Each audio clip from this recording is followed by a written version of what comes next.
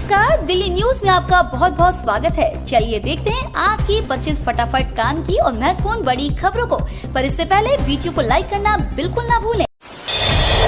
दिल्ली चुनाव से पहले बीजेपी को झटका, 2 नेताओं ने थामा आपका दामन। दिल्ली विधानसभा चुनाव से प्रमुख दलों ने नेताओं का दल बदलने का सिलसिला जारी है। ताजा मामले में भारतीय जनता पार्टी को झटका देते हुए रमेश पहलवान और उनकी पत्नी कुसुमलता ने रविवार को आम आदमी पार्टी का दामन थाम लिया। कुसुमलता कस्तूरबा नगर विधानसभा क्षेत्र से भाजपा से निगम पार्षद रही हैं।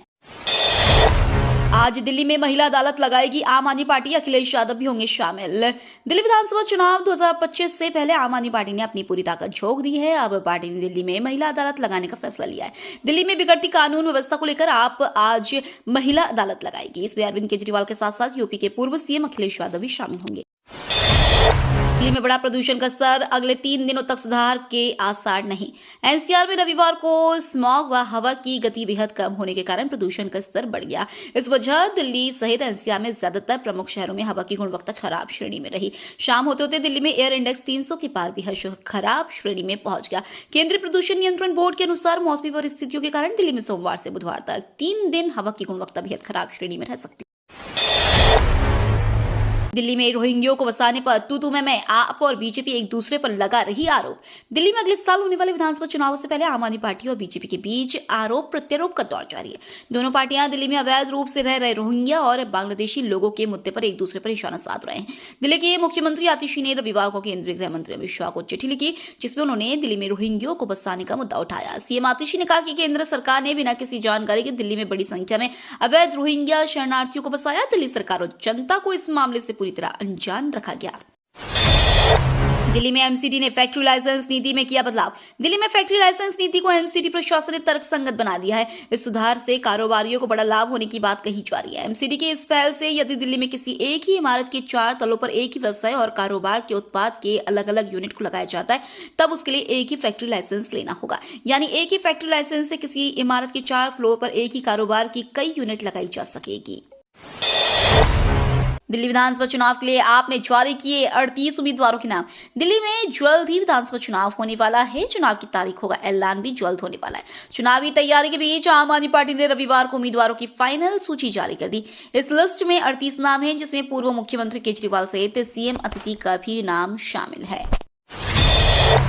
आगामी विधानसभा चुनाव को लेकर आपने 26 विधायकों के काटे टिकट। दिल्ली विधानसभा चुनाव के लिए आम आदमी पार्टी ने रविवार को उम्मीदवारों की चौथी और आखिरी लिस्ट जारी कर दी। इस लिस्ट में पार्टी ने 38 उम्मीदवारों के नामों का ऐलान किया है। इसी के साथ आम आदमी पार्टी ने दिल्ली की सभी 70 विधानसभा सीटों पर अपने प्रत्याशियों के नाम का ऐलान कर दिया है। आपकी घोषित फाइनल लिस्ट पर गौर करें तो इस बार 26 मौजूदा विधायकों के टिकट काटे गए और 4 विधायकों की सीट बदली गई है। जेल गए नरेश बालियान की जगह आपने उसके पत्नी को दिया टिकट। आम आदमी पार्टी ने सोमवार को 38 सीटों के लिए उम्मीदवारों की चौथी लिस्ट जारी कर दी। पार्टी ने इस बार 20 विधायकों के पत्ते काट दिए हैं। इनमें उत्तम नगर सीट से विधायक नरेश बालियान भी शामिल है। बालियान अभी मकोका मामले में जेल में बंद है। पार्टी ने इस सीट पर उनकी पत्नी को मौका दिया है। अमित शाह ने नक्सलवाद से जुड़े लोगों को विकास की धारा से जुड़ने का किया अपील। रविवार को अमित शाह छत्तीसगढ़ के जगदलपुर में आयोजित हुए बस्तर ओलंपिक 2024 के समापन समारोह में शामिल हुए। समारोह के दौरान जनसभा को संबोधित करते हुए उन्होंने कहा, छत्तीसगढ़ और केंद्र की बीजेपी सरकार ने नक्सलवाद के खिलाफ अपना अभियान तेज कर दिया है। 1 साल के भीतर 287 नक्सली मारे गए, 992 गिरफ्तार हुए और 887 सरेंडर हुए। अमित शाह ने कहा, मैं नक्सलवाद से जुड़े हुए भाइयों से कहना चाहता हूं कि आप आइए, आत्मसमर्पण करिए, मुख्य धारा से जुड़िए, हथियार छोड़िए और छत्तीसगढ़ के विकास में योगदान दीजिए। आप सरकार ने सभी पेंडिंग 14 कैग रिपोर्ट दिल्ली के एलजी को भेजी। दिल्ली सरकार की काफी समय से लंबित कैग की 14 रिपोर्ट उपराज्यपाल कार्यालय को भेज दी है। उपराज्यपाल सचिवालय ने इन रिपोर्टों के मिलने की पुष्टि की है। दिल्ली विधानसभा में नेता विपक्ष ने हाईकोर्ट में याचिका दाखिल कर दिल्ली सरकार को लंबित इन 14 कैग रिपोर्टों को दिल्ली विधानसभा के पटल पर रखने के लिए निर्देश देने की मांग की। पीएम सूर्य घर योजना के तहत 1 करोड़ घरों में सोलर पैनल लगाने का लक्ष्य, लेकिन फ्री बिजली बनी रोड़ा।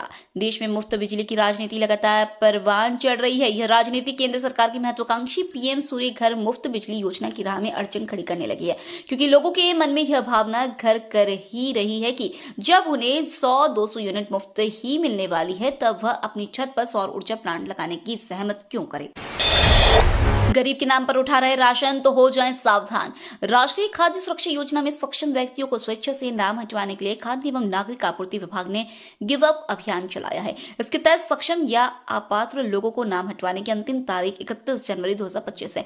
नाम नहीं हटवाने वाले सक्षम व्यक्ति पर कानूनी कार्रवाई की जाएगी। आयकर दाता, चौपहिया वाहन मालिक, सरकारी कर्मचारी या अन्य सक्षम व्यक्ति उचित मूल्य की दुकान पर आवेदन दे सकता है।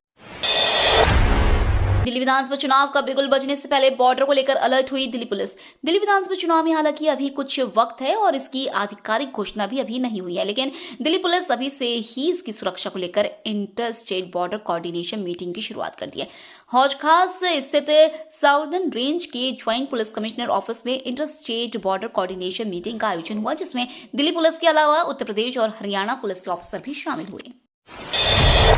साइबर अपराधियों ने दिल्ली पुलिस के हेड कांस्टेबल को किया टारगेट, 3,20,000 रुपए ठगे। दिल्ली समेत पूरे देश में साइबर ठगों का आतंक लगातार बढ़ता जा रहा है। आए दिन सूझबूझ वाले इंसान भी इनके जाल में फंस रहे हैं। ऐसा ही एक और मामला सामने आया है जो चौंकाने वाला है। दिल्ली पुलिस के हेड कांस्टेबल से साइबर ठगी का मामला सामने आया है। उनके मोबाइल पर एक लिंक आया जिस पर क्लिक करने से 3,20,000 रुपए अकाउंट से निकल गए।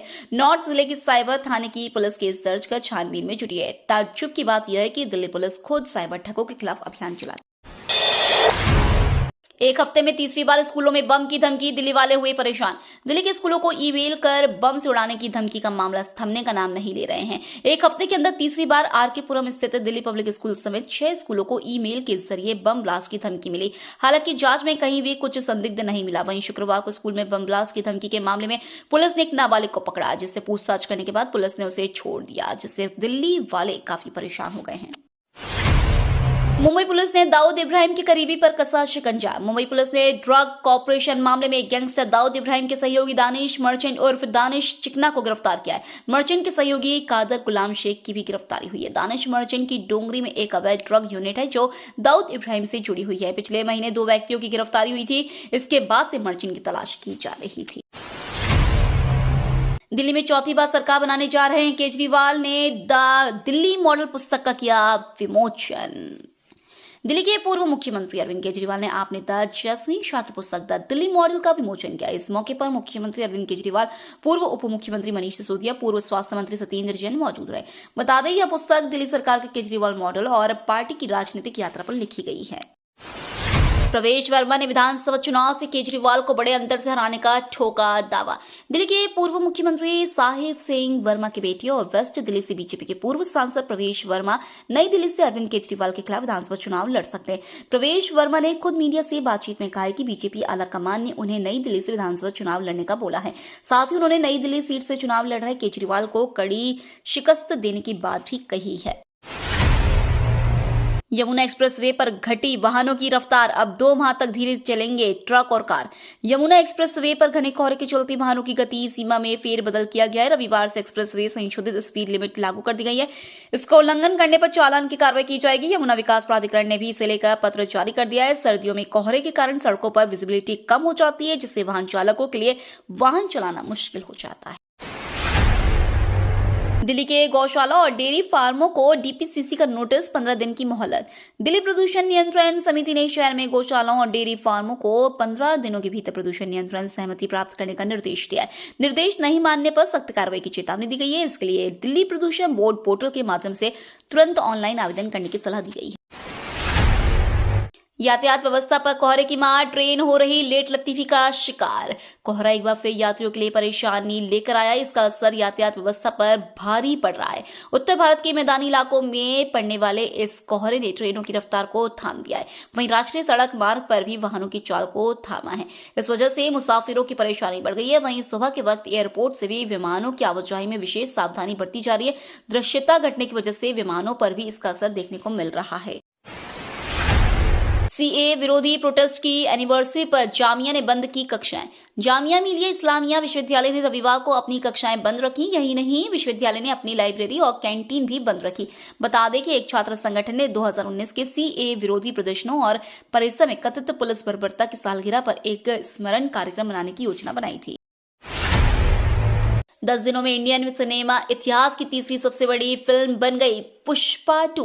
अल्लू अर्जुन की पुष्पा 2 ने सिर्फ 10 दिनों में इतिहास रच दिया है। इतने कम समय में इतनी ज्यादा कमाई करने वाली ये इंडियन सिनेमा इतिहास की तीसरी सबसे बड़ी फिल्म बन गई है। शाहरुख खान की जवान, पठान को तो बहुत पहले ही इसने पछाड़ दिया था। अब ये RRR और KGF 2 जैसी दिग्गज फिल्मों के साथ आकर खड़ी हो गई है। भारत ने खिलौनों से दे दी चीन को शिकस्त, 4 साल में बदल डाला पूरा खेल। भारत का खिलौना बाजार अब घरेलू और अंतर्राष्ट्रीय स्तर पर अपनी पहचान बना रहा है। 4 साल के अंदर भारत ने चीन से खिलौनों का आयात 80% तक कम कर दिया है। सरकार द्वारा लगाए गए उच्च टैरिफ और कड़े गुणवत्ता नियंत्रण नियमों ने इसमें अहम भूमिका निभाई। भारत ने वित्तीय वर्ष 2020-24 के बीच खिलौनों पर कस्टम ड्यूटी को 20% से बढ़ाकर 70% कर दिया और क्वालिटी कंट्रोल ऑर्डर लागू किया।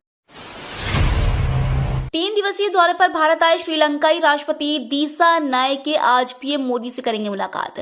श्रीलंका के राष्ट्रपति अनुरा कुमार दिसानायके रविवार को 3 दिवसीय दौरे पर भारत आए हैं। सितंबर में राष्ट्रपति का पद संभालने के बाद उनका यह पहला विदेश दौरा है।